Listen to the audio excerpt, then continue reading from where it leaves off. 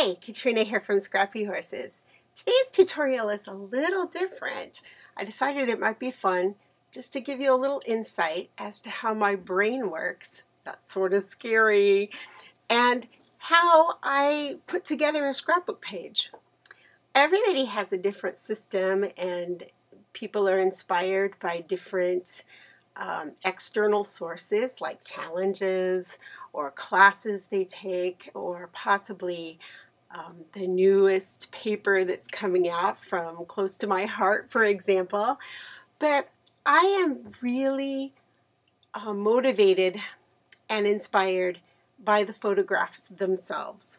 I take a look in my Photoshop or in my photo program that I use, and a picture will strike me and I'll say, this is the one I want to scrap today. And then the next thing that comes to me are colors. As I look at the picture and colors come to mind, I start thinking, okay, what do I have in my papers? What do I have in my embellishments that will fit this color scheme? So I'm going to show you a picture that's near and dear to my heart because it includes three very strong women in my life, my mother and my two grandmothers. This picture is from my mother's wedding day. On the right is my father's mother, and on the left is my mother's mother. Both of them named Catherine, interestingly enough. And then, of course, you might think, ooh, she must have been named Katrina for her two grandmothers, Catherine and Catherine, and that would probably be a true assumption on your part. My mother is in the middle. My mother was young when she was married. She was 18. My mother and father are still married. They've been married, oh gee, a lot of years, over 50. This is the layout that I did. This is the photo of it. Most of the paper you see here, in fact, all of the paper here is from close to my heart. This paper that I backed everything with is an older paper. It's retired, and I would have to look it up where that came from, but I really loved that paper so much that I bought quite a bit of it. I liked it because of the texture in the background. It makes for just beautiful layouts because your texture work's already done, but it's not so dominant that it takes away from your photo or your embellishments. The wreaths here were cut from a Close to My Heart cartridge, and we're going to talk about that more in depth in a moment. These beautiful ladies were from a Close to My Heart stamp. I will list that. I'll list all the inks I used and the stamp sets I used. But when I saw my grandmother in this hat right here, that image came to me and I thought, I have to use these images. So that was, again, I was inspired by the photo, remembering some stamp sets that I had. I knew that my mother's wedding colors were blue, so that set my color tone. These flowers, I believe they're just in my stash, but they're probably Prima, or they might be something else. I will look into that, and again, I will put that in there for you, as well as this vellum flower embellishment here. I will get that for you. The black beading that I used is close to my heart. This black is close to my heart, and the sequins here are from close to my heart. The tulle, actually, and these little blue gems were actually leftover stash from my daughter's wedding. So that was kind of fun to put those two together. All right, so let's put this picture aside for a moment and let's go into Design Space. I like to do everything in Design Space. I can find exactly what I want. I start out with a rectangle symbolizing my picture. I size it to where I think I might like it. I don't even print my picture until I've done this. I print my pictures the size that I need them after I've already determined that in Design Space. I knew I wanted those beautiful lady stamps, and so I measured those. Let's just go back to that for 1 second. I actually took a measurement of them to know how big my wreaths would need to be. So then I came back and I found this wreath. That wreath cut is from Artfully Sent. And I adhered that, or I attached it to this rectangular piece. Once I attached that, then I could cut it and it would cut that wreath shape out. I knew I was going to put blue behind it, and I knew I wanted some other border on either side, but I wasn't sure when I designed it exactly what I wanted. I wanted to frame my photo out, and so I found this frame in Art Booking, as well as the journal piece. Now this journal piece, let's go back one more time. There's a stamp set that matches this, and so again it tells you exactly what size to cut, and then I just cut the blue background a little bit bigger to frame that. So this was cut in blue, and then it was cut again in colonial white.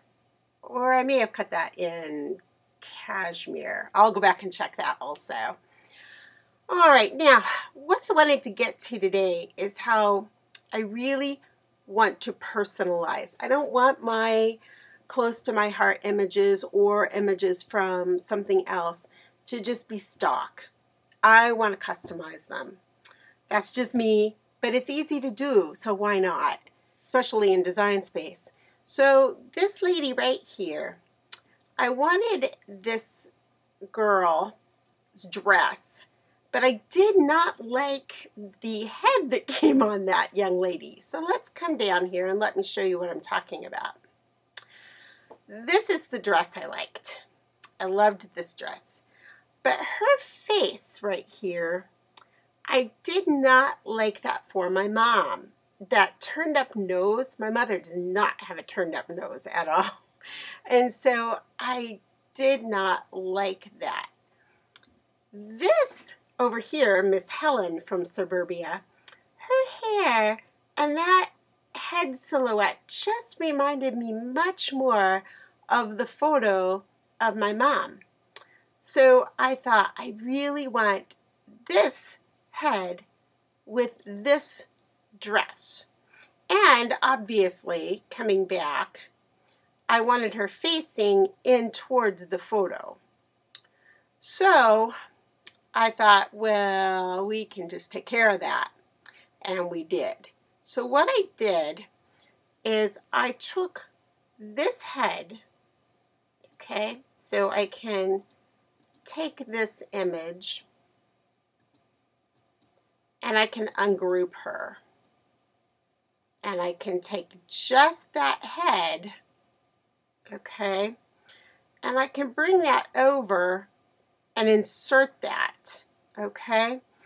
Now, what I did here is first I flipped this image by coming over to Edit, Mirror, Flip.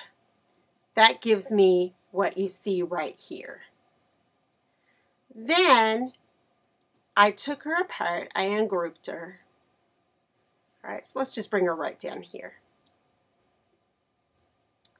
I brought in an oval from Insert Shapes, picked up a circle, bring that down.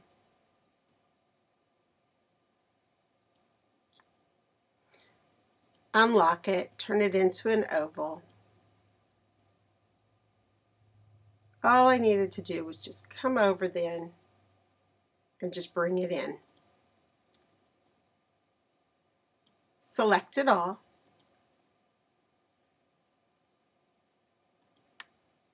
And slice it.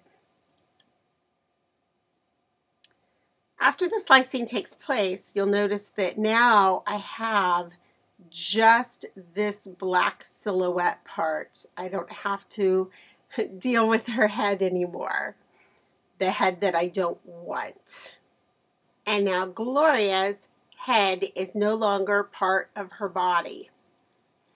Now, I come over here to Miss Helen, and I need to get rid of Miss Helen's everything except her head. So I can take the same oval, just flip it over here, lay it over her head, select everything here, slice, and now I have the ability to move just her head away. Now at this point, I can now add her head to this body. And I can upsize, downsize, slightly change the shape of it, whatever I'd like to do. I can unlock, I can move to the right slightly or the left, and just fit it in so it looks the way I want it to look.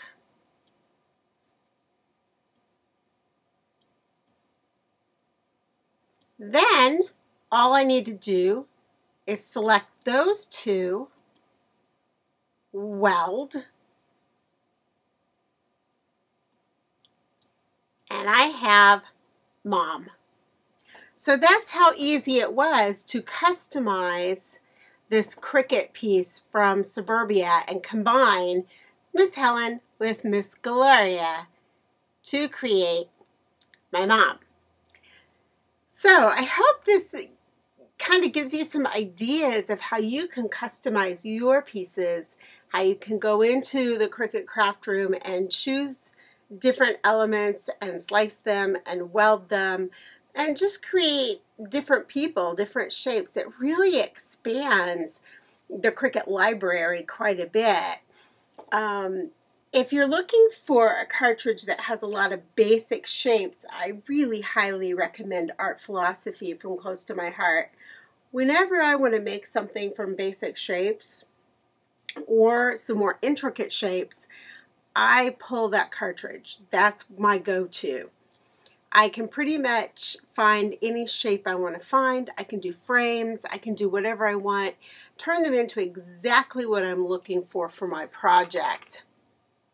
So here again is the actual layout in Design Space. And here is the actual layout.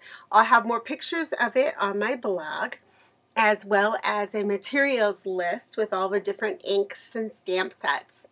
Hey, thanks for joining me today. Hope this gives you some insight as to how I put together a scrapbook layout and what inspires me.